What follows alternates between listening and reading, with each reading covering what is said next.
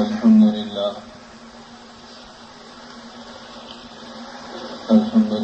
نحمده ونستعينه ونستغفره ونؤمن به ونتوكل عليه ونعوذ بالله من شرور أنفسنا ومن سيئات أعمالنا من يهده الله فلا مضل له ومن يضلله فلا هادي له نشهد أن لا إله إلا الله وحده لا شريك له ونشهد أن سيدنا وشفيعنا وحبيبنا ومولانا محمدا عبده ورسوله أرسله بالحق بشيرا ونذيرا بين يدي الساعة اللهم صل على سيدنا مولانا محمد وآله وأصحابه وبارك وسلم كما تحب ربنا وترضى عدد ما تحب ربنا وترضى. قال النبي صلى الله عليه وسلم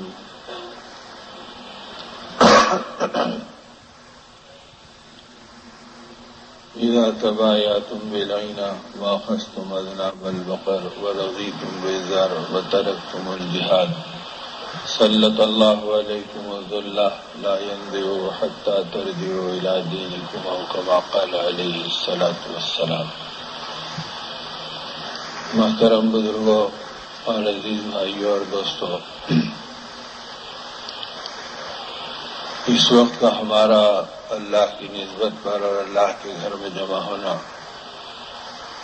اس کی بنیاد یہ ہے کہ ہماری اپنی زندگی کا مقصد ہمارے دل و دماغ میں بس جائے اور اللہ کی دی ہوئی جان اور اللہ کا دیا ہوا مال، جو اللہ پاک کی طرف سے دو زبردست امانتیں ہیں، یہ ہماری اپنی ملکیت نہیں ہے. اس وقت انسانیت کو تو دھوکہ ہے ہی، لیکن امت کے بڑے طبقے میں یہ دھوکہ ہماری اپنی زندگی میں اور ہمارے اپنے معاشرے میں لگا ہوا ہے کہ ہم جان کو اپنی ملکیت سمجھ رہے ہیں اور مال کو اپنی ملکیت سمجھ رہے ہیں، جس کے نتیجے میں جہاں جی چاہے ہماری جان کا استعمال ہو رہا ہے اور جس طرح جی چاہے ہم اپنے مال کو استعمال کر رہے ہیں. نہ جان اللہ رب العزت کی منشا کے مطابق استعمال ہو رہی ہے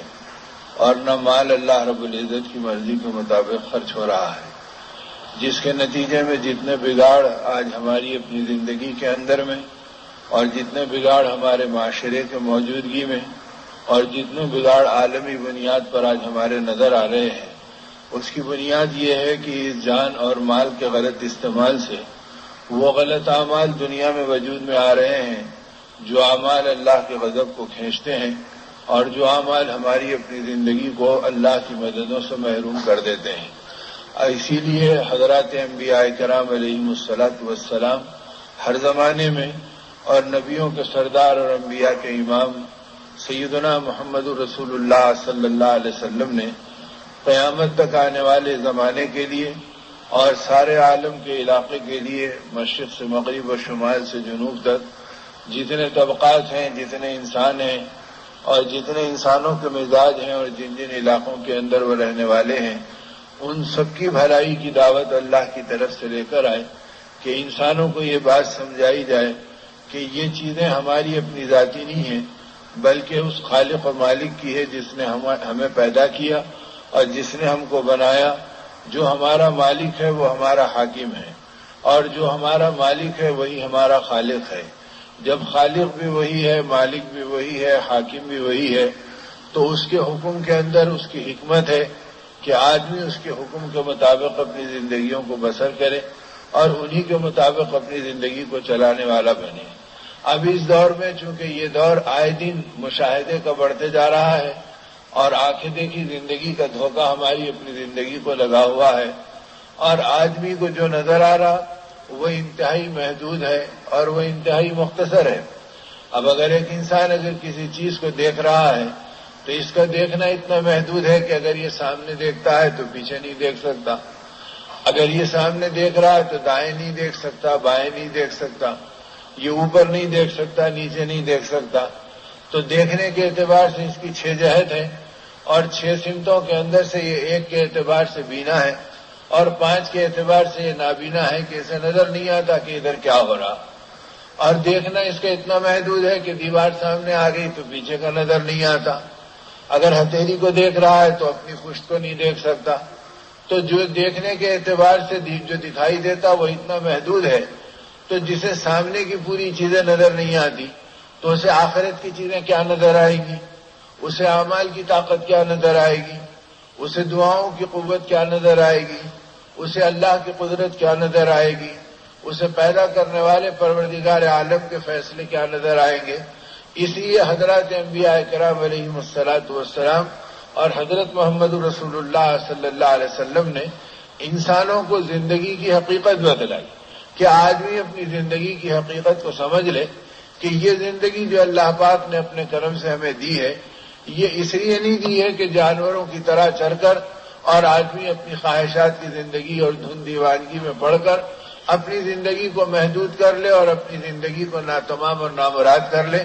اس لیے مشاہدے کا راستہ یا تو انتہائی نادان اور بے دین انسانوں کا راستہ ہے کہ جن کا آخرت پر ایمان نہیں، جو اللہ کی ذات عالی کی معرفت نہیں رکھتے، جو اپنی موت اور انجام کو نہیں پہچانتے، ان نادان انسانوں کا راستہ ہے. اور ایسے نادان انسانوں کا راستہ ہے جن کو اللہ کے پاک کلام میں اللہ رب العزت نے صاف صاف ان باتوں کو بتلا دیا کہ یہ انسان نما جانور ہے، کالانعام بل ہم اضل، کہ ان کی حیثیت ایسی ہے کہ جیسے حیوانوں کی زندگی ہوا کرتی ہے کہ وہ مشاہدے کی بنیاد پر اور آنکھوں دیکھی کی بنیاد پر اپنی زندگی کو گزارتے ہیں. ایک جانور کو اگر چارہ دکھا دیا جائے تو وہ چارے کے پیچھے چلنے لگ جاتا ہے، ایک بکری کو پتہ دکھا دیا جائے تو وہ اس کے پیچھے اپنی زندگی کو گزارتی ہے. اسے کچھ پتا نہیں کہ پتے کا بتانے والا کوئی غمخوار اور دلدار ہے، یا یہ گھاس کا بتانے والا اور چارے کا دکھانے والا مجھ پر رحم کھانے والا ہے، یا یہ وہ ہے جو چند قدم لے جائے گا اور پھر مجھے کھڑے قد سے گرا دے گا اور میرے گلے پہ چھری چلا دے گا اور میرے گوشت و پوست کو الگ کر دے گا اور میرے بدن کی بوٹی بوٹی الگ کر دے گا. تو جیسے ایک جانور اپنے انجام اور نتیجے کو نہیں جانتا، وہ صرف اندر کی بھوک کو جانتا ہے اور باہر کے نظر آنے والے چارے کو اور اپنی ضرورت کے سامان کو جانتا ہے. اسی طرح وہ انسان جو اندر کی تمناؤں اور خواہشات کو جانتا ہو اور باہر کی اس ردی دنیا کے مردار اور فانی سامان کو جانتا ہو اور اسی کے پیچھے اپنی جوانی کو، اپنے بڑھاپے کو، اپنی صلاحیتوں کو، اپنی طاقتوں کو، اپنی قوتوں کو اس کے اوپر خرچ کرتا ہے، ایسے انسان اللہ کی نگاہ میں اور اللہ کے ملائکہ کی نگاہوں میں حیوانوں سے زیادہ بدتر قرار دیے جاتے ہیں. اور جیسے حیوانوں کے ذبح ہونے پر کوئی غم انسانوں کے بیچ میں نہیں ہوتا اور حیوانوں کے مرنے کے اوپر انسانوں کے اندر کوئی درد نہیں پیدا ہوتا، ویسے ایسے انسانوں کی بربادی کے اوپر ملائکہ کے عالم کے اندر کوئی ہلچل نہیں پیدا ہوتی اور اللہ رب العزت کی طرف سے کوئی فیصلے وجود میں نہیں آتے. اس لیے ضرورت اس کی ہے کہ انسان اپنی حقیقت کو پہچانے کہ میں اس دنیا کے اندر ایک انسان نما حیوان بن کر نہیں آیا اور میں مشاہدے پہ ایمان رکھنے کے لیے نہیں چلا اور آنکھوں دیکھی پہ زندگی گزارنے کی درندگی کے اور جانوروں کے راستے کے اوپر چلنا یہ میری زندگی کا نہ خمیر ہے، نہ میری زندگی کا مزاج ہے. میری زندگی تو اس لیے دی گئی کہ میں اسے بندگی میں خرچ کروں اور میں اپنی زندگی کی ذمہ داریوں کو پہچانوں کہ میری زندگی کی اصلی ذمہ داری یہ ہے کہ اس دنیا کے اندر رہتے ہوئے دنیا کی محبتوں سے اپنے دل کو پاک کرنا اور ایک اللہ کی ذات عالی کی عظمت اور ان کا یقین اپنے دل کی گہرائی کے اندر جمانا. اس لیے کہ ایک برتن میں دو چیزیں ایک وقت کے اندر نہیں سما سکتی.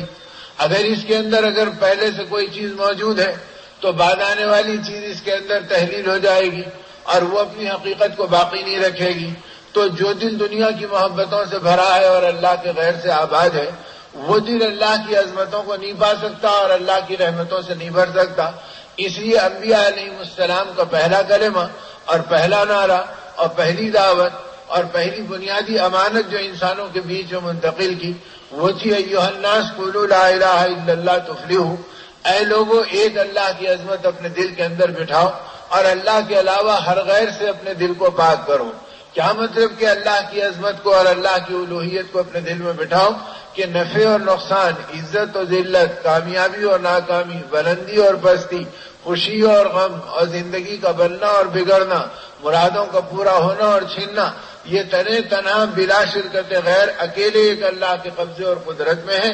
اور وہی اپنی قدرت سے زندگی کو بناتے ہیں. لہذا اللہ کی ذات کو پہچانو، ان کے خزانوں کو پہچانو اور ان کی قدرت اور ان کی طاقت کو پہچانو کہ ہماری قدرت اور ہماری طاقت اور جو اللہ کی طرف سے دی ہوئی ہے وہ اتنی محدود ہے کہ آدمی دیکھنے کے اعتبار سے بے بس ہے، سننے کے اعتبار سے بے بس ہے، کہنے کے اعتبار سے بے بس ہے، لیکن اللہ کی ذات عالی ہر اعتبار سے وہ ایسی قدرت والے ہیں کہ وہ دیکھنے کے اعتبار سے ایک ہی وقت کے اندر نہ صرف ایک جہت کو دیکھتے ہیں بلکہ ساری سمتیں ان کے سامنے ہیں، اور ساری سمتیں سامنے ہیں اور ایک زمانہ سامنے ہے، بلکہ ایک زمانہ نہیں، آدم علیہ نبینا علیہ الصلوۃ والسلام سے لے کر قیامت تک آنے والے سارے زمانے اللہ کے سامنے ہیں۔ اللہ ہر ایک کو دیکھتے ہیں اور ہر ایک ان کی نگاہوں کی گرفت کے اندر ہے، اور ہر ایک ان کی نظر اور ان کے قبضے اور قدرت کے اندر ہے۔ پھر انسان دیکھنے کے اندر اپنی آنکھوں کا محتاج ہے کہ اگر آنکھ آدمی کی نہ ہو تو یہ دیکھ نہیں سکتا، کان آدمی کے نہیں ہے تو یہ سن نہیں سکتا، اور زبان انسان کی اگر معذور و مجبور ہے تو یہ بول نہیں سکتا، اور اللہ کی ذات وہ ہے جو آنکھوں کے بغیر دیکھتی ہے اور کانوں کے بغیر سنتے ہیں اور زبان کے بغیر وہ اپنی قدرت اور اپنے کلام کو ظاہر کرنے کے اوپر طاقت رکھتے ہیں، اس لیے کہ یہ چیزوں کا ہونا آدمی کی مجبوری اور مخلوق کی تابعداری اور محتاجی کی علامت ہے، اور خالق وہ ہیں جو کسی چیز کے پابند نہیں ہیں، اور خالق وہ ہیں جو کسی چیز کے تابع نہیں ہیں، تو وہ ہر چیز کو دیکھتے ہیں، ہر آن دیکھتے ہیں۔ اسی لیے حدیث پاک کے اندر یہ مضامین آتے ہیں، ایک اتنا بڑا وسیع میدان ہو جس کا تصور جبرائیل امین بھی نہیں کر سکتے، اور اس کے اندر ساری مخلوق ہو، چونٹی سے لے کے ہاتھی تک، اور ذرے سے لے کے پہاڑ تک، اور انسانوں سے لے کے جنات تک، اور ملائکہ سے لے کے جبرائیل امین تک، سارے کے سارے انسان موجود ہوں، اور آنے واحد میں ہر مخلوق اپنی حیثیت کے مطابق اور اپنی بساط کے مطابق اپنی اپنی تمناؤں کو اپنے اللہ کے سامنے پکار لے اور مانگ لے، اور ایک ہی وقت میں پکار لے۔ چونٹی اپنی حیثیت کے اعتبار سے مانگ لے، اور ہاتھی اپنی حیثیت کے اعتبار سے مانگ لے، اور جانور اپنی حیثیت کے اعتبار سے مانگ لے، اور جنہ اپنی حیثیت کے اعتبار سے مانگ لے، اور انسان اپنی اپنی بساط کے مطابق مانگ لے، اور انبیاء اپنی شان کے مطابق مانگ لیں، اور فرشتے اپنے مقام کے اعتبار سے مانگ لیں، اور جبرائیل اپنے مقام کے اعتبار سے مانگ لیں۔ حق تعالی شانہ کے فرمان کا خلاصہ یہ، میری عزت کی قسم میں ایک ہی لمحے میں سب کی سنتا ہوں اور ان کی مانگی ہوئی چیز کو اسی وقت عطا کرتا ہوں، اس کے بعد میرے خزانے میں اتنی کمی نہیں ہوتی جتنا سمندر میں کوئی انگلی ڈبو کے نکال لے تو جس قطرے کی کمی ہوتی ہے، میرے خزانے میں اتنی بھی کمی نہیں ہوتی۔ تو اللہ اکبر، اللہ اس بڑی ذات کا نام ہے، اور اللہ اس قدرت و طاقت کا نام ہے۔ تو اس اللہ کو پہچاننا، ان کے خزانوں کو پہچاننا، ان کی قدرت سے لینے کا راستہ حضرت محمد رسول اللہ صلی اللہ علیہ وسلم نے صحابہ کرام رضوان اللہ علیہ اجمعین کو بتلایا تھا، اور دین کے بڑے کارنامے ان کے ساتھ وابستہ ہیں۔ اور جب عیادت کو پہنچے تو آپ دیکھ کے تاڑ گئے کہ اب تب کی کیفیت ہے اور چہرے کی بے چینی ہے، کروٹیں ایسی ہیں کہ شاید کسی موقع کے اوپر یہ اللہ سے مل لیں۔ تو آپ نے تسلی دی اور فرمایا کہ ابن مسعود تم اطمینان سے رہو اور اپنے دل کو مطمئن رکھو، ہم تو جانتے ہیں کہ اللہ نے تمہیں بہت بیٹیاں دی۔ حضرت ابن مسعود رضی اللہ عنہ کی بیٹیاں ہی بیٹیاں تھیں، بیٹے نہیں تھے، اور یہی چیز جو ہے ہر زمانے میں آدمی کی آزمائش کا سبب بنتا، بیٹا ہو گیا تو خوش ہو گئے اور بیٹی ہو گئے تو منہ لٹک گیا۔ اب کوئی پوچھ رہا کہ ارے بھائی آپ پاس کچھ امید سے تھے، آپ کی بہو بیگم کو کیا ہوا اور آپ کی بیٹی کا کیا ہوا، تو اب کوئی جواب ہی نہیں دے رہے، بس مل صاحب ہو گیا۔ ارے بھائی کچھ ہوا ہوگا، اگر بتاؤ تو صحیح کیا ہوا، نہیں بس ہو گیا۔ اب جب کرے تھے تو کہہ رہے ہیں اب لڑکی پیدا ہوئی، تو کیا کوئی جرم کیا، کوئی قصور کیا جو اس کے اوپر افسوس کا اظہار ہے؟ افسوس ہی نہیں بلکہ اس بیچاری عورت پہ ظلم ہو رہا۔ ارے تم کو پہلے بچی تھی پھر بچی ہو گئی، کیا وہ ماں بیٹی کی بنانے والی ہے؟ خالق ہے، مالک ہے۔ ایمان تو اللہ پر ہے کہ اللہ بنانے والے ہیں، اور ایمان کا کھوکھلا پن یہ ہے کہ بیوی سے جھگڑ رہے، سسرال سے لڑ رہے، ارے کیا تو بولنے لگے دوسری کرتے، کیوں کرتے؟ تو صاحب بیٹیاں ہی بیٹیاں ہیں، اور اگر دوسری سے بیٹیاں ہوئے تو؟ چنانچہ ایک واقعہ ابھی حال میں میرے سامنے آیا، ایک مہینہ نہیں گزرا، دعا کے سلسلے میں لوگ ایک دوسرے کے پاس آتے ہیں، دعوت کی برکت یہ کہ اللہ ستاری کر دیتے ہیں اور اللہ کا نام لینے والے کے گناہوں پہ پردہ ڈال دیتے ہیں اور دوسروں کے دل میں اس کی محبت ڈال دیتے ہیں۔ تو لوگ دعاؤں کو کہتے ہیں، اب جماعت آئی، ارے بھائی دعا کرو اور تم اللہ کے راستے میں ہیں۔ کوئی حافظ صاحب آئے قرآن پڑھا، ارے بھائی آپ اللہ کا نام لیے ہمارے لیے دعا کر دو۔ اب کوئی بیٹھ کے اللہ کے دین کا مذاکرہ کرے، ارے بھائی ان سے دعا کرا لو۔ وہ قبول کرنے والی ذات تو اللہ کی ہے، وہ ہر ایک کی سنتے ہیں۔ وہ انسانوں کی سنتے ہیں، اپنی مخلوق کی سنتے ہیں، یہاں تک کہ وہ چونٹیوں کی بھی سنتے ہیں، مچھلیوں کی بھی سنتے ہیں۔ تو وہ جس کی سنتے ہیں ان کے سننے کی شان ہے کہ وہ ہر ایک کی سنتے ہیں۔ تو اب جو ہے اب یہ حال ہے کہ جب لوگ دعا اور دکھڑوں کے لیے آتے تو ایسی چیزیں آتی۔ اب ایک صاحب کہنے لگے صاحب زندگی بڑی گمبھیر ہو گئی، کیا ہوا؟ تو صاحب نکاح کیا، شادی ہو گئی، اور پھر اس کے بعد میں 1 لڑکی 2 لڑکی 3 لڑکی۔ اب خیال ہوا کہ بھائی اللہ نے مال دیا، سہولت دی، لہذا کچھ کرنا چاہیے۔ تو کیا کرنا چاہیے؟ ایک اور شادی کرنا چاہیے۔ ارے بھائی لڑکی کی پرورش کرو تو اللہ کے نبی تمہیں جنتی ہونے کا مستحق بتلا رہے ہیں، لیکن یقین چونکہ رسالت پہ بھی نہیں ہے، اللہ کی ذات پہ بھی نہیں ہے۔ ہاں پیدا مسلمان کے گھر میں ہوئے، نماز 5 وقت کی پڑھ رہے، روزے رمضان کے رکھ رہے ہیں، تراویح میں شریک ہو رہے ہیں، لیکن ایمان اتنا بودا اور کمزور ہے کہ یہ اللہ کے وعدوں پہ اطمینان نہیں دلا رہا۔ اور رمضان کی تربیت یہ کرائی گئی کہ تم روزہ رکھو تو ایمان کے ساتھ، تم تراویح پڑھو تو ایمان کے ساتھ، تم قیام کرو رمضان میں تو ایمان کے ساتھ۔ کیا مطلب؟ کہ اللہ کی اس بڑائی اور عظمت کو اپنے دل میں بٹھاؤ۔ اور وہ کیسے بیٹھے گی؟ جب اللہ کی بڑائی کی دعوت دیں گے، اللہ کی بڑائی کو پھیلائیں گے، اللہ کی بڑائی کو سنائیں گے، اور اللہ کی بڑائی کو سوچیں گے، اور اللہ کی بڑائی سے اپنی آپ کی زندگی میں ادب اور عظمت پیدا کریں گے، اور اللہ کے حکموں پر تعمیل کریں گے، تو اللہ کی بڑائی دل کے اندر آئے گی اور غیر اللہ کی بڑائی زندگی سے نکلے گی۔ اب جب یہ نہیں ہے تو آدمی کی زندگی کے اندر یہ ہے کہ چھوٹی چھوٹی چیزوں پہ الجھ جا رہا۔ اب نتیجے میں مال ملا تو ورثہ صاحب اتنا مال ہے اور بچیاں ہی ہیں، تو کیا مطلب؟ یعنی مال صرف اولاد پہ خرچ کرنا ہے جیسا بے دین انسان خرچ کر رہے ہیں؟ ارے مال تو ایمان پہ خرچ کرنا ہے، اولاد پہ خرچ کرنا نہیں ہے۔ اولاد پہ بھی خرچ کرو تو ایمان کی بنیاد پہ خرچ کرو، اور غیروں پہ بھی خرچ کرو تو اپنی آخرت اور ایمان کی بنیاد پہ خرچ کرو۔ تو مال تو اللہ نے دیا کہ اپنے اس مال کو تم اللہ کے حکموں کے مطابق استعمال کرو۔ تو حکم صرف یہی نہیں ہے کہ بچے ہیں تو خرچ کرو، نہیں ہے تو اٹھا کے رکھ لو۔ یہ راستہ تو یہود و نصارہ کا ہے، یہ راستہ مسلمانوں کا نہیں ہے۔ اب لیکن ہمارا ذہن بھی چونکہ عام لوگوں میں بہہ گیا اور اسی راستے پہ چل گئے، تو اب کہہ رہے ہیں کہ صاحب کیا کریں گے؟ تو اب وہ بیچارے کے بارے میں بات سامنے آئی کہ دوسری شادی کی، پھر اللہ نے اس سے بھی لڑکیاں دی، تیسری کی، اس سے بھی دی۔ غرض یہ کہ 4 بیویاں ہیں، 23 لڑکیاں ہیں، اور ایک بھی بیٹا نہیں ہوا، 23 لڑکیاں ہیں۔ تو اب اگر اپنے قبضے میں رہتا تو ہم کبھی کے 23 بیٹے بنا لیتے۔ تو بیچاری عورت سے لڑنے کی کیا ضرورت، اس پہ ظلم کی کیا ضرورت، سسرال سے ٹیڑھے ہونے کی کیا ضرورت؟ لیکن جب زندگی بت پرستانہ اور ہندوانہ طریقے پہ چلے گئی تو ہر چیز میں ہم اللہ کے بجائے غیر اللہ کو دیکھ رہے ہیں۔ اب اللہ کے بجائے اپنی بیوی کو دیکھ رہے ہیں۔ بیوی کیا کریں گے بیچاری؟ اولاد نہیں ہوئی تو وہ بے بس ہے، ہوئی تو اس کے اندر کیا بنے گا اللہ کی قدرت میں ہے۔ لیکن ہماری زندگی کا یہ حال، اور نبی رحمت صلی اللہ علیہ وسلم مسجد نبی کے صحن میں بیٹھے ہیں، صحابہ آپ کے اطراف میں ہیں، اور صحابہ فرماتے ہیں کہ آقا آبادی کے گھر کی طرف دیکھ رہے ہیں اور نگاہیں آپ کی اس پہ جمی ہوئی ہیں۔ ہم خاموش ہیں کہ آقا کا یہ معمول نہیں کہ کسی طرف آپ دیکھیں اور پھر ٹکٹکی باندھ کر اسی میں مہو ہو جائے۔ تھوڑی دیر کے بعد آپ نے فرمایا کہ اے لوگوں، آج اللہ کی خصوصی رحمت اس گھر پہ برس رہی جو مدینے میں کسی اور گھر پہ نظر نہیں آ رہی۔ تو فرمایا تم میں سے کوئی جاؤ اور ان گھر والوں سے پوچھو کہ ان کا کیا خاص عمل ہے کہ جس کے نتیجے میں ان کے گھر پر اللہ کی خصوصی رحمت برس رہی جو کسی اور پہ نہیں برس رہی۔ صحابہ میں سے کچھ گئے وہاں پر، اب مجھے 2-4 پہنچے، اور پہنچنے کے بعد آواز دی، وہ گھر والے باہر آئے، کہا کہ بھئی تمہاری زندگی کے کیا خاص عمل ہے بتاؤ۔ وہ بیچارہ پریشان کہ بھئی میں بھی تمہاری طرح کا ایک ایمان والا بندہ ہوں، اپنے نبی کا غلام ہوں، شریعت پہ چلتا ہوں، نماز کو، روزے کو، دین کی محنت کو، اور جو تقاضا اللہ اور اللہ کے رسول کی طرف سے آتا اس کو پورا کرتا ہوں، اور اس کے علاوہ اور کوئی چیز نہیں، جو عمل تم کرتے ہو میں کرتا ہوں۔ تو فرمایا نہیں، آقا نے فرمایا کہ آج تمہارے گھر کے اندر ایک اللہ کی رحمت کی بارش ہو رہی ہے، اور وہ خصوصی رحمت کا نزول کسی اور گھر پہ نہیں ہے، معلوم کرو کہ کیا خاص عمل ہے۔ تو اس نے سوچ کر کہا کہ اور تو کوئی عمل خاص نہیں ہے، ہاں ایک بات ضرور ہمارے گھر میں خصوصی عمل کی ہو گئی، وہ یہ کہ اللہ نے آج ہمارے گھر میں لڑکی پیدا فرما دی۔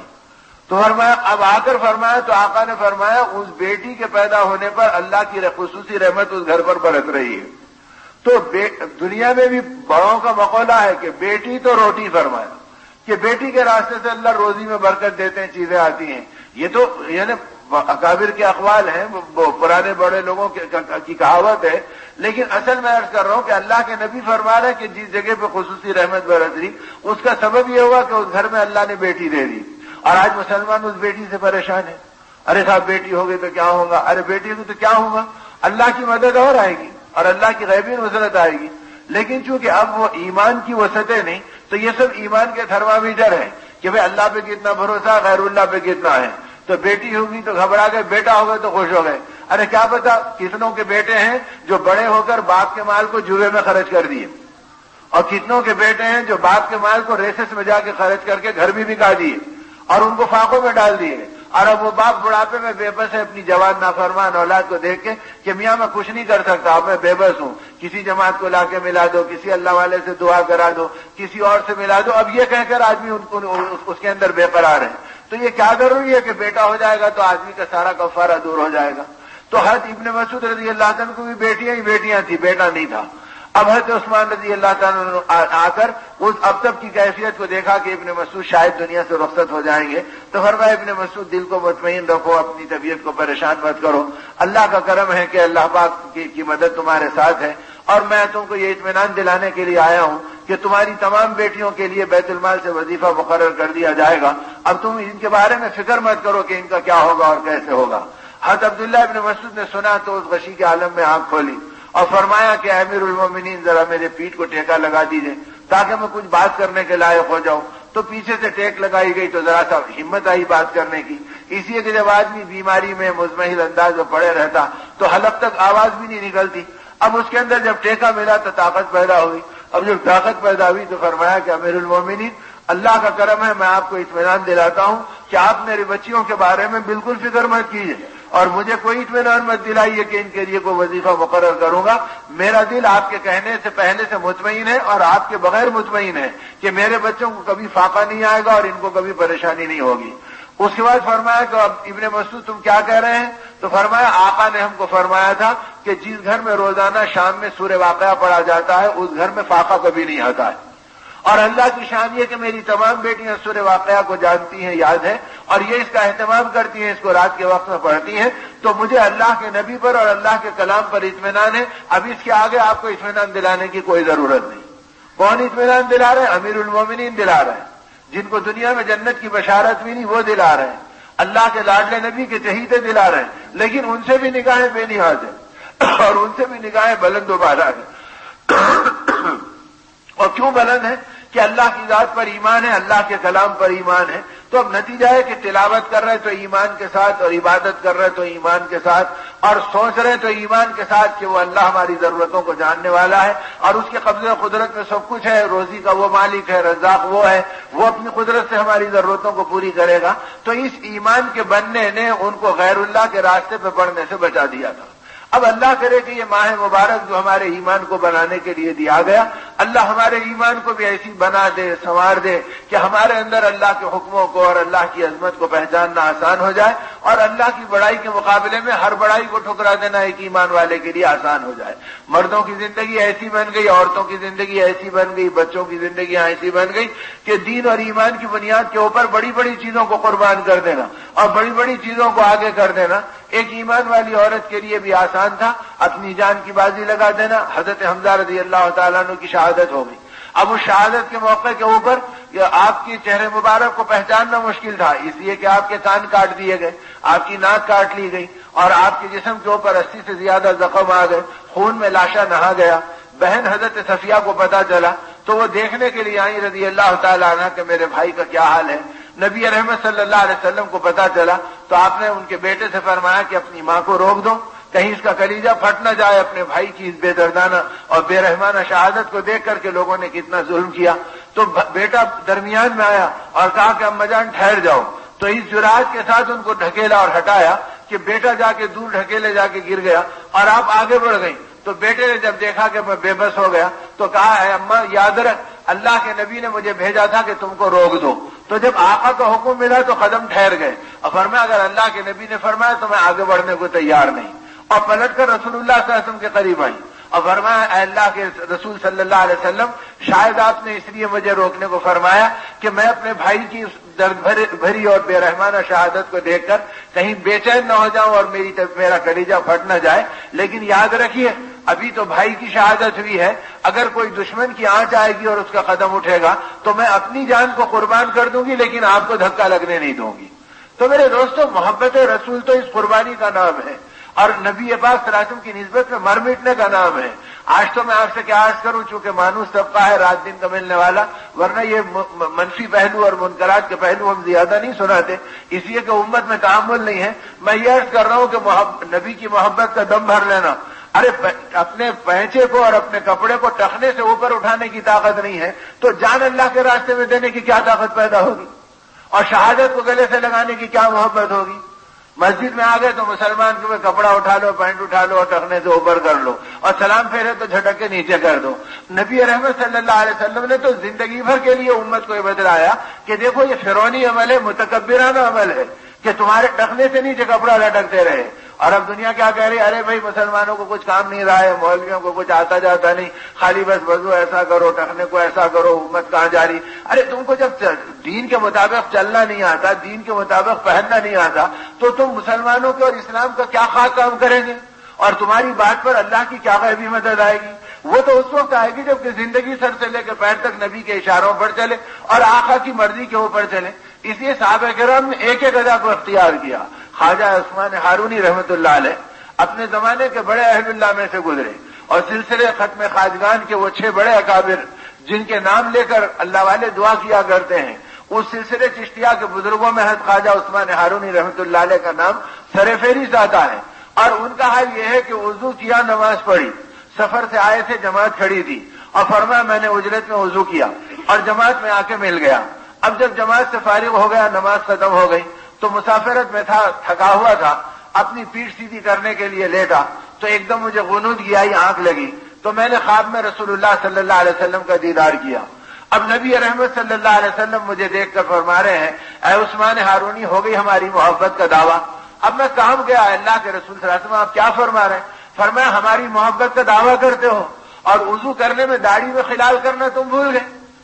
سنتوں کے اندر ایک سنت یہ ہے کہ جب آدمی وضو کرے تو جب 3 مرتبہ اپنے چہرے کو دھو لے تو 3 مرتبہ اپنی داڑھی پر پانی ڈالے اور اس کے اندر سے خلال کرے کہ اس کے اندر سے اپنی انگلیاں ڈالے، تو یہ نبی رحمت صلی اللہ علیہ وسلم کی سنت ہے۔ تو آپ نے فرمایا تو آپ اس وقت خواجہ عثمان ہارونی رحمۃ اللہ علیہ کو خیال ہوا، ارے میں جماعت کے کھڑے رہنے کی فکر میں جو آگے بڑھا تو وضو میں چہرہ تو دھو لیا لیکن داڑھی میں خلال نہیں کیا۔ تو آقا ٹوک رہے ہیں کہ ہماری محبت کا دعویٰ کر رہے ہو اور ہماری خلال کرنے کی سنت کو چھوڑ رہے ہو۔ تو کانپ کے اٹھے کہ جس نماز پہ آقا نے ٹوکا وہ نماز اللہ کی بارگاہ میں کام مقبول ہوئی ہوگی، دوبارہ اپنی نماز کو دہرایا۔ تو میرے دوستو خلال کب کرتے؟ جبکہ داڑھی ہوتی۔ اب تو داڑھی کو ہی رخصت کر دیا تو نبی کی سنت کو روز ذبح کر رہا مسلمان،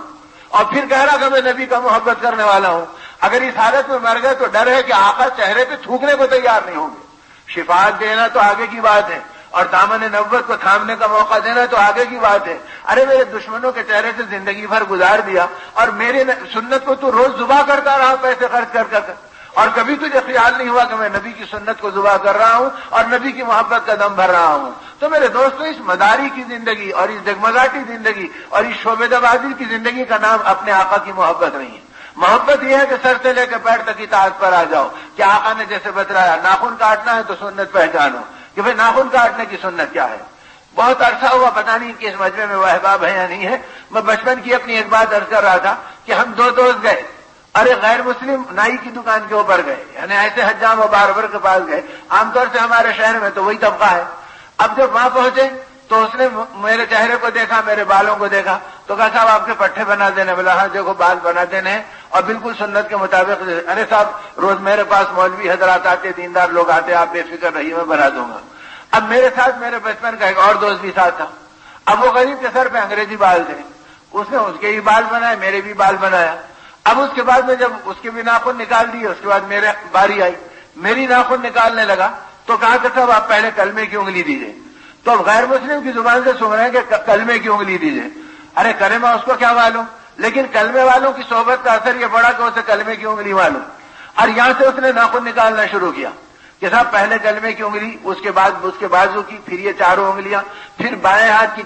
کونے کی انگلی، پھر یہ بائیں ہاتھ کا انگوٹھا اور پھر آخر میں سیدھے ہاتھ کا انگوٹھا۔ میرے ساتھ بیٹھنے والے ساتھی نے پوچھا کہ یہ کیسے نکال رہے ہیں؟ تو چونکہ اللہ عمر دراز کرے اور صحت دے، قوت دے ہمارے ان اساتذہ کو، ہمارے استاد محترم کو، انہوں نے بچپن میں سمجھایا تھا بیٹا سنت کے مطابق ناخن نکالنے کا یہ طریقہ ہے، اور یہی بتایا تھا کہ یہ حجام واقف ہے لہذا اس کے پاس تم بنایا کرو، تو ہم وہیں جایا کرتے تھے نام بلی پر۔ تو اب اس نے جب ناخن نکالے تو میرے اس دوست نے کہا کہ بھئی یہ ناخن ایسے کیسے نکالے؟ اس نے کہا ارے صاحب یہ ایسے ہی نکالنا سنت ہے اور یہی اسلامی طریقہ ہے۔ تو اس نے کہا پھر تم میرے نہیں نکالے؟ تو اس نے کہا آپ بال ویسے نہیں کٹائے تو آپ کے ناخن بھی ویسے نہیں نکالا۔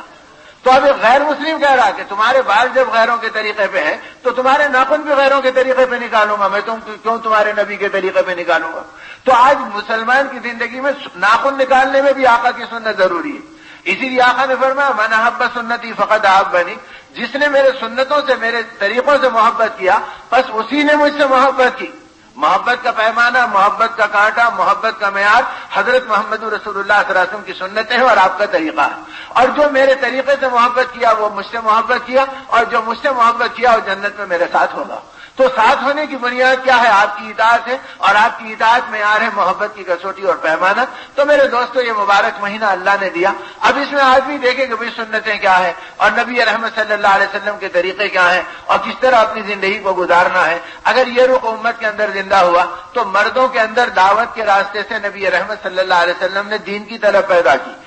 اور نبی رحمت صلی اللہ علیہ وسلم کے طریقے کیا ہیں اور کس طرح اپنی زندگی کو گزارنا ہے۔ اگر یہ رخ امت کے اندر زندہ ہوا تو مردوں کے اندر دعوت کے راستے سے نبی رحمت صلی اللہ علیہ وسلم نے دین کی طلب پیدا کی، اور مسجدوں کے راستے سے یہ دین کی طلب عورتوں کے اندر جاتی تھی کہ جو کچھ تم یہاں پر سیکھ رہے ہو اور سن رہے ہو اپنی عورتوں کو سنایا کرو۔ جب جا کر مدینے کے اندر صحابہ اپنی عورتوں کو سناتے تھے تو وہ عورتوں میں طلب ہوتی تھی، وہ بچوں کو دیندار بناتے، ان کے اندر ایمان کی پھونک مارتے، ان میں اللہ کی بڑائی پیدا کرتے۔ اب حضرت خواجہ نظام الدین اولیاء رحمۃ اللہ علیہ اپنے بچپن کا واقعہ بیان کرتے ہیں اور یہ کہتے ہیں کہ جب میں پہلی کا چاند دیکھتا تو میں دوڑے ہوئے آتا تھا کہ پہلے ماں کا چہرہ دیکھوں گا اور ان کو سلام کروں گا، اور سلام کرتا ماں میری جواب دیتی، ان کا ہاتھ بڑھاتا، اما جان مجھ سے مصافحہ کرتی، ان کا ہاتھ لے کے اپنے سر پہ رکھ لیتا تو میری ماں مجھ کو دعائیں دیتی۔ اب فرمایا کہ ایک مرتبہ جب میں نے پہلی کا چاند دیکھا اور اس کے بعد سیدھے نکل کر آیا، اب اس نوچندی کے چاند کو دیکھ کے لوٹا اور لوٹ کر اپنی ماں کے قریب آ کے سلام عرض کیا تو اما جان نے ہمیشہ کی طرح حسب معمول مسکرا کے جواب دیا، اور جواب دینے کے بعد میں نے ہاتھ بڑھایا تو میری ماں نے مجھ سے مصافحہ کیا، میں نے ان کا ہاتھ لے کے اپنے سر پہ رکھ لیا تو انہوں نے مجھے دعائیں دی۔ جب اس کے بعد انہوں نے مجھے دعائیں دی تو ان دعاؤں کو سن کر میں خوش ہوتا رہا۔ تو اس کے بعد میری ماں نے ایک عجیب بات مجھ سے کہی اور کہا بیٹا نظام الدین، اس مرتبہ کا چاند دیکھ کر تو تم ہمارا ہاتھ اپنے سر پہ رکھ لیے، بتاؤ آنے والے مہینے کا چاند دیکھ کر کس کا ہاتھ اپنے سر پہ رکھو گے؟ فرمایا میرے پیر کپ کپانے لگے اور میری طبیعت گھبرانے لگی۔ میں کہا اما جان ایسی باتیں اللہ کے لیے مت سنائیے۔ پھر کہا کہ اگر اللہ نے آپ کو کسی بات کی رہبری کی ہے تو پھر آپ ہی مجھے بتائیے کہ پھر آپ مجھے کس کے حوالے کریں گے؟ تو فرمایا کہ جاؤ خواجہ منتجب الدین اولیاء اس وقت دلی میں رہتے ہیں اور ان کی خانقاہ میں بیٹھو اور اس اللہ والے کی صحبت میں رہو تاکہ اللہ والے کی صحبت سے تم اللہ کو پہچاننے لگو۔ تو اصل میں ماحول آدمی کی زندگی کو بدلتا ہے۔ اب رمضان کی صحبت ملی تو نمازیں آ گئی، مسجدوں کی آبادی نظر آ گئی، ایک دوسرے کی محبت نظر آ گئی، افطار کے وقت دوسرے کو پیش کرنا نظر آ گیا، غمخواری اور دلداری نظر آ گئی۔ تو یہ اصل میں ایمان کے جوہر ہے۔ اب وہ غمخواری بھی نظر نہیں آتی، وہ دلداری بھی نظر نہیں آتی، اس لیے کہ تربیتیں الٹ گئیں۔ حضرت عیسیٰ علیہ السلام کو کسی نے گالی دی تو لکھا ہے کتابوں کے اندر کہ آپ نے اس کو دعا دی، تو دیکھنے والوں نے تعجب سے کہا کہ حضرت عجیب بات ہے، وہ گالی دے رہا اور آپ دعا دے رہے ہیں۔ تو حضرت عیسیٰ علیہ السلام نے فرمایا بھائی بات دراصل یہ ہے جس کے پاس جو ہوتا ہے وہ خرچ کرتا ہے، اس کے پاس گالی ہے وہ گالی خرچ کیا، ہمارے پاس دعا ہے ہم دعا خرچ کر رہے ہیں۔ تو ایمان والے کو اللہ نے یہ بنایا کہ تم دلداری کرو، تم غمخواری کرو، تم ہمدردی کرو، تم لوگوں کے کام آؤ۔ اگر تم کچھ نہیں کر سکتے تو محبت کی میٹھی بات کر لیا کرو، اتنا تو کر لو کم از کم۔ تو اب وہ راستہ ہماری زندگی میں آنا۔ اب تو ایک ذرا دھکا لگ گیا مسجد کے دروازے پہ تو ٹیڑھی نگاہوں سے دیکھنے لگے، اور وہ کہا ذرا سیدھا چلیے تو اب اور ذرا چہرے کے اوپر آگ لگ گئی۔ اب جماعت کھڑی ہے تو اللہ اکبر، اب نماز میں کہہ رہے ہیں وقت ہو گیا تھا، ذرا اگر موقع ملتا تو بیٹا کو بتا دیتا تھا، کیا سمجھ کے گھورا انہیں۔ پھر اس کے بعد میرے کو بولا سلام پھرنے تک اس سے لڑ رہے جس سے دروازے پہ دھکا لگا۔ تو ہماری نماز اور ہماری زندگی ہے کہ ہم اللہ کے سامنے بھی صحیح نہیں تو بندوں کے سامنے کیا صحیح ہوتے۔ تو اس لیے یہ تربیت پانا ہے کہ زندگی میں وہ صحبتیں ملیں، تو جب صحبت ملتی تو آدمی کی زندگی میں یہ چیزیں آتی ہیں، مٹھاس پیدا ہوتی۔ اور اللہ کو پہچاننا، تو امت کی عورتیں اللہ کو پہچان رہی ہیں تو اللہ والے کی صحبت میں بھی جائے اپنے بیٹے کو، فرمایا جاؤ اور ان کے پاس رہو۔ اب یہ ان کے پاس چلے گئے، چند دن گزرے تو پتا چلا بستی سے کوئی آئے ہیں تو دل دھڑکنے لگا، پتہ نہیں کیا خبر لائے ہیں۔ کہا کہ اماں جان نے تم کو سلام کہا اور کہا کہ اللہ والے کی خدمت میں رہو اور اللہ کا تعلق اپنی زندگی میں پاتے رہو۔ دل کو اطمینان ہوا کہ میری ماں نے مجھے بھیجا، میں ان کے حکم میں آ گیا، چلو اللہ کا کرم ہے کہ میری ماں موجود ہے، مجھے اطلاع دے رہی ہے۔ تھوڑے دن کے بعد پھر کوئی آیا اور اس نے کہا کہ نظام الدین کون ہے؟ تو پھر دل دھڑکنے لگا۔ فرمایا اماں جان نے تمہیں سلام کہا اور کہا کہ حضرت سے اجازت لے کے گھر آ جاؤ۔ تو اب یہ گئے اور کہا کہ حضرت اماں جان نے مجھے یاد کیا، تو فرمایا بیٹا ضرور جاؤ۔ اب یہ حضرت خواجہ صاحب رحمۃ اللہ علیہ کی خدمت سے رخصت ہوئے اور اپنے گھر آئے تو دیکھا کہ ماں مصلی پہ بیٹھی ہوئی ہے، انہوں نے سلام کیا تو جواب دیا، ہاتھ بڑھایا تو مصافحہ کیا اور لے کے سر پر رکھ لیا تو محبت سے دعا بھی دی، اور اس کے بعد فرمایا کہ بیٹا نظام الدین تمہاری ایک بات کا قرضہ ہمارے اوپر باقی ہے، تم نے کہا تھا کہ آئندہ ماں کا چاند دیکھ کے کس کا ہاتھ سر پہ رکھو گے، وہ مجھے بتلا دینا۔ بیٹا تم میرے کلمے کو سن کے گواہی دے دو تاکہ میرا خاتمہ ایمان پر ہو، اور کلمہ پڑھ کر فرمایا کہ میرا اور تیرا رب اللہ ہے، میں تجھے غیر کے حوالے نہیں کرتی، اللہ کے حوالے کرتی ہوں۔ یہ کہہ کر کلمے کی انگلی آسمان کی طرف اٹھائی اور ہچکی لے کے دنیا سے رخصت ہو گئی۔ تو اب ایمان والی عورتیں اپنی اولاد کو بھی اللہ کے حوالے کرتی تھی، اب آج ایمان والی عورتیں تو اپنی اولاد کو سامان کے حوالے کر رہی ہیں۔ اب کیا رات دن گھروں کے جھگڑے کیا ہے؟ ارے بچوں کے لیے تم گھر نہیں بنائے، بیٹی کے لیے تم زیور نہیں لیے، اور فلاں کے لیے تم زمین نہیں لیے، اس لیے کہ سارا ایمان چیزوں پہ ہے تو جھگڑے مسلمان کے گھر میں اسی بنیاد پر ہے۔ اور جب ایمان بنا تھا تو ایک ایمان والی عورت اپنے معصوم بچے کو، جو یتیم بھی ہے، باپ کا سایہ پہلے ہی اٹھ چکا ہے اور کم سن ہے، یعنی کہ پڑوسی کے حوالے کروں گی، رشتہ داروں کے حوالے کروں گی، بلکہ یہ کہا کہ میں تجھے اللہ کے حوالے کرتی ہوں۔ اب ایسے اللہ کے حوالہ کرنا قبول ہوا کہ پھر ان کے سائے میں جو آیا وہ بھی اللہ کو پایا، ان کو بھی اللہ کی معرفت ملی، اور آج تک ان کے ملفوظات سے لوگوں کو اللہ کی معرفت مل رہی ہے۔ تو یہ کب ہوا؟ جبکہ زندگی اللہ کے حوالے ہوئی۔ تو یہی مطالبہ رمضان میں ہے کہ تم یہ روزہ رکھو ایمان کے ساتھ اور احتساب کے ساتھ، اور قیام کرو رمضان میں ایمان کے ساتھ، اور قدر کی رات میں جاگو تم ایمان کے ساتھ۔ گویا ہر کام ایمان کے ساتھ کرنے کی تربیت رمضان میں دی جا رہی ہے کہ اللہ کی بڑائی کو اور اس کی عظمت کو اور قدرت کو پہچان کر اپنی زندگی گزارو۔ تو امت کی ماؤں میں پھر یہ رخ پیدا ہوا کہ وہ اپنے بچوں کی یہ تربیت کر رہی ہے، اتنی تربیت کر رہی ہے کہ اب وقت نہیں ہے کہ ان کی تفصیلات کے اندر جایا جائے۔ امام شافعی رحمۃ اللہ علیہ کو ان کی ماں نے اپنی بیوگی کے عالم میں اللہ کے راستے میں رخصت کیا تھا۔ مختصر یہ کہ کوئی 17 یا 19 سال کے بعد میں یہ مدینہ طیبہ گئے، پھر وہاں سے بغداد گئے، مصر گئے، ملک شام گئے، اور بڑے بڑے علماء کی خدمت میں رہے، اپنے زمانے کے امام بن کر اب یہ لوٹ رہے ہیں، اور مکے کے اندر ان کی پیدائش ہے تو مکہ مکرمہ کو واپس آ رہے ہیں اپنی ماں کے پاس۔ جب مدینے سے مکے کی طرف آنے لگے تو اہل مدینہ نے محبت کے اندر ان کے تقوی و طہارت کو اور ان کے علم کی بلندی کو اور ان کی فقاہت کو جو انہوں نے دیکھا اور سنا تھا، تو محبتوں کے اوپر ان کے سامنے ہدایے کے ہدایے لٹائے، اتنے ہدایے لٹائے کہ 300 اونٹ کے اوپر ان کے ہدایے اور تحفے کا مال تھا، وہ اونٹ بھی تحفے میں دیے گئے، وہ ہدایے بھی تحفے میں دیے گئے۔ اب جب وہ اس لمبی اونٹوں کی قطار کو لے کے امام شافعی رحمۃ اللہ علیہ مکے کی سرحد پہ پہنچے تو ماں کو پتا چلا کہ میرا بیٹا جو امام وقت بننے کی اطلاع ملی تھی وہ آ رہا ہے، اور دوسری اطلاع یہ ملی کہ ان کے ساتھ اتنی لمبی اونٹوں کی قطار ہے کہ لوگوں نے بتایا، جو اندازے تھے وہ بتایا کہ اگر پہلا اونٹ مکے کی سرحد پر ہوگا تو آخری اونٹ مدینے کی سرحد پر ہوگا، اتنا تمہارے بیٹے کے ساتھ چلا آ رہا ہے، اور ان کی پیٹھوں پہ سارے تحائف ہے، مال رکھا ہوا ہے۔ اب وہ ماں فکر مند سرحد پہ اپنے بیٹے کے استقبال کو کھڑے رہی، اور جب بیٹا آیا تو دیکھ کے رونا شروع کیا۔ فرمایا اماں جان کیا اتنے دنوں کے بعد ملنے پہ رو رہے ہیں؟ اللہ نے مجھے حفاظت و امان سے رکھا۔ فرمایا نہیں بیٹا، اس پہ نہیں رو رہی ہوں، رونا اس بات پہ ہے کہ میں تجھے دیندار بنانے کے لیے بھیجی تھی، دنیا دار بنانے کے لیے نہیں بھیجی تھی۔ یہ کیا ہے کہ میں سن رہی ہوں کہ تیرے ساتھ اونٹوں کی لمبی قطار ہے اور ان کی پیٹھ کے اوپر گویا مال اور اسباب رکھے ہوئے ہیں، تو علم کمانے کے لیے گیا تھا یا مال کمانے کے لیے گیا تھا؟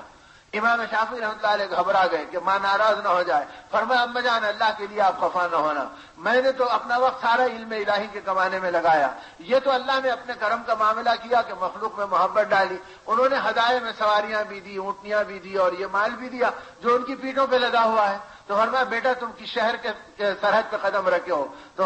فرمایا اماں جان مکے کی سرحد پہ قدم رکھا ہوں۔ فرمایا اب یہاں سے کہاں چلو گے؟ کہا بیت اللہ چلیں گے، کعبۃ اللہ چلیں گے۔ تو فرمایا بیت اللہ کیا ہے؟ تو فرمایا اللہ کا دربار ہے، اللہ کا گھر ہے۔ فرمایا اللہ کون ہے؟ اب وہ بیوہ ماں زمانے کے امام کی آگے کی تربیت کر رہی ہے اور یہ کہہ رہی کہ بیٹا پھر اللہ کا گھر کیا ہے؟ تو اللہ کیا ہے؟ تو فرمایا اللہ تو غنی ہے، سارے کائنات کے مالک ہیں۔ تو فرمایا بیٹا غنی کے دربار میں اگر غنی بن کر جاؤ گے تو کہیں پھٹکار پڑ جائے گی، لہذا میری تمنا یہ ہے کہ اب پریشان حال اور حاجت مند قرب و جوار میں مکے کے یہاں رہتے ہیں، اب جس کے پاس سواری نہیں ان کو اونٹ دے دیں، جس کے پاس پیسے نہیں ان کو پیسے دے دیں، جن کے پاس سامان نہیں ان کو سامان دے دیں۔ امام شافعی رحمۃ اللہ علیہ فرماتے ہیں میری ماں نے میرے ہاتھوں سے ایک ایک چیز ایسے تقسیم کرائی کہ پورے اونٹوں کا قافلہ ختم ہو گیا اور پورے تحائف کا اور تحفوں کا ڈھیر ختم ہو گیا اور صرف بدن پہ احرام کے کپڑے باقی رہ گئے اور کچھ نہیں رہا۔ فرمایا بیٹا اب الحمدللہ تم فقیروں کی طرح بن گئے، اب غنی کے دربار میں فقیر بن کے چلو تو غنی اپنا دروازہ کھولے گا۔ یہ کہہ کر لے کر گئے۔ اور آج کیا ہے ہماری مائیں، ارے بھائی مکے کو چلے گئے، 2 پیسے کما لیے، ایک گھر بنا لیے اور تھوڑا سا سامان جمع کر لیے تو بس ہے، چاہے 10 سال ماں کو صورت نہ دکھائیں، 5 سال باپ کی خدمت نہ کریں اور بوڑھے مرنے والے باپ کے جنازے میں شریک نہ رہیں، تو اس کے لیے 5 سال اور 10 سال بھیجنے کے لیے تیار ہیں کہ روٹی کے ٹکڑے اور مال کے ٹھیکرے جمع ہو جائیں، لیکن نبی کا غم عام ہو، سنتیں سیکھنے کو مل جائے، آقا کی محبتیں زندگی میں آ جائیں، اس کا کوئی رخ زندگی کے اندر نہیں۔ تو ضرورت اس کی ہے کہ ماہ مبارک میں قرآن پاک کے سائے میں اس کے آخری ایام میں خدا ہم کو سچی ندامت دے کہ اللہ ہم کتنے بڑے مجرم ہیں کہ تیرے کلام کو نہیں پہچانے جس کے اوپر مطمئن ہو کہ لوگ بادشاہوں کو ٹھکرا دیے، ہم آپ کی ذات کو نہیں پہچانے کہ جس پہ مطمئن ہو کر گھر کی مائیں اب ہر غیر سے نگاہ پھیر دی اور آپ کے حوالے کرنے والے دنیا میں چمک گئے اور مال کے حوالے ہونے والے مال میں لٹ گئے اور مٹ گئے۔ تو کب تک ہم ان چیزوں پہ اپنی زندگی کو گزاریں تاکہ آدمی کو سچی ندامت ہوگی، اپنے احساس ہوگا، اپنی زندگی میں سنتوں کو دیکھیں، نبی کے دشمنوں کی اداؤں کو دیکھیں، ایک ایک ادائے دشمن کو اپنی زندگی سے نکالنا اور ایک ایک ادائے حبیب کو اپنی زندگی میں داخل کرنا تاکہ محبت والے اعمال اور محبت والی اداؤں سے زندگی آگے بڑھتے رہے۔ حق تعالیٰ اپنے کرم سے ہم کو اور ہماری عورتوں کو، ہمارے بچوں کو، ہماری بہنوں اور بیٹیوں کو اور امت کی ماؤں کو وہ توفیق دے کہ گھروں میں ایمان کے تذکرے ہو، قرآن کی عظمت ہو، رمضان کی برکتوں کو آدمی پہچانے، بچے اوقات میں دل کی گہرائی سے استغفار بھی ہو، توبہ بھی ہو اور نبی رحمت صلی اللہ علیہ وسلم کی لائی ہوئی سنتوں اور شریعت پر جمنا ہو اور اللہ سے استقامت کو مانگنا ہو۔ اگر یہ رخ زندگی میں پیدا ہوگا تو اللہ دل کی دنیا کو بدلیں گے، ہدایت کو وجود دیں گے۔ حق تعالیٰ اپنے کرم سے ہمارے لیے خیر و برکت کے دروازے کھول دے اور اللہ اپنی رحمتوں کے داد و دہیش سے ہماری زندگیوں کو نواز دے۔ درود شریف پڑھ کے دعا کر لیں اور یہ حفاظت اور یہ محنت اور یہ صحبت، اس کے لیے میرے دوستو بے تکلف یہ بات کہی جا رہی کہ نبی پاک صلی اللہ علیہ وسلم کی اصلی میراث اور سوغات جو ہے دعوت اللہ کا کام ہے، یہ کسی گروہ کا، طبقے کا، جماعت کا کام نہیں۔ ہر ایمان والے اور ہر نبی کے امتی کا کام یہ کہ نبی کی فکر کو پہچانے اور نبی کی طرف پر چلے اور نبی کریم صلی اللہ علیہ وسلم کی لائی ہوئی دعوت کے پیغام کو دنیا میں عام کرنے کے راستے پہ چلے۔ اس کے لیے کہہ رہے ہیں بھائی اتوار کو محلے پلی کے اجتماع کا اہتمام کریں اور اس کے لیے کہہ رہے ہیں کہ اپنی بستی میں مسجد کو آباد کریں، اس کے لیے کہہ رہے ہیں کہ آنے والی جماعتوں کا ساتھ دیں تاکہ ان فکروں پر اللہ ہماری زندگیوں کو جما دے اور چلا دے۔ حق تعالیٰ غیب سے ہم سب کی مدد فرمائے اور ہماری کوتاہی و غفلتوں کو معاف فرمائے اور اللہ اپنے کرم سے ہماری زندگی پر اپنے رحم کے خزانوں کو کھول دے۔ درود شریف پڑھ کے دعا کریں۔ الحمد للہ رب العالمین والصلاة والسلام علی رسولہ الکریم یا حی یا قیوم برحمتک نستغیث اللهم یا اول الاولین ویا آخر الاخرین ویا ذا القوة المتین ویا راحم المساکین ویا ارحم الراحمین۔ اے اللہ اپنے کرم سے ہمارے گناہوں کو معاف فرما، ہمارے قصوروں کو درگزر فرما۔ مولا آپ ہی نے ماہ مہمان دیا، ان کی صحبتوں میں زندگی گزارنے کا موقع دیا۔ مولا اپنے کرم سے ان کی پرنور صحبتوں سے ہماری زندگی کو منور فرما دے۔ اے اللہ کب تک دنیا کا دلدل ہماری زندگی کو بے نور کرے گا اور کب تک خواہشات ہمارے دلوں کو سیاہ کریں گے اور کب تک دنیا کی محبتیں ہمارے سینوں کو ویران کریں گے۔ اے اللہ اپنی عظمت، اپنے حبیب کی محبت ہم کو نصیب فرما، اپنے قرآن پر ہمارا ایمان دائم اور قائم فرما۔ اے اللہ اس کے اشاروں پہ چلنا اور آپ کی مرضی پہ مر مٹنا ہمارے لیے آسان فرما۔ اے اللہ رسول اللہ صلی اللہ علیہ وسلم کی پاکیزہ سنتوں کو ہماری زندگی میں داخل فرما۔ اے اللہ ہر ادا کو پورا کرنا آسان فرما، نفس و شیطان کے بہکاوے سے بچا لے، زندگی کو ورغلاہٹ میں پڑھنے سے محفوظ فرما لے۔ اے اللہ اپنے کرم سے پاکیزہ زندگی عطا فرما، پاکیزہ روزی عطا فرما، پاکیزہ سوچ عطا فرما، پاکیزہ نگاہیں عطا فرما، پاکیزہ اعمال عطا فرما۔ اے اللہ حق کی محنت کو دنیا میں عام فرما، باطل کو اپنی قدرت سے توڑ دے، اپنی قدرت سے نیست و نابود فرما دے۔ اے اللہ ان متکبرین اور اے اللہ ان جابرین کے تذکروں سے دنیا کو پاک فرما۔ اے اللہ اگر ان میں خمیر ہدایت ہے تو ان کو حق کی محنت کے لیے قبول فرما لے،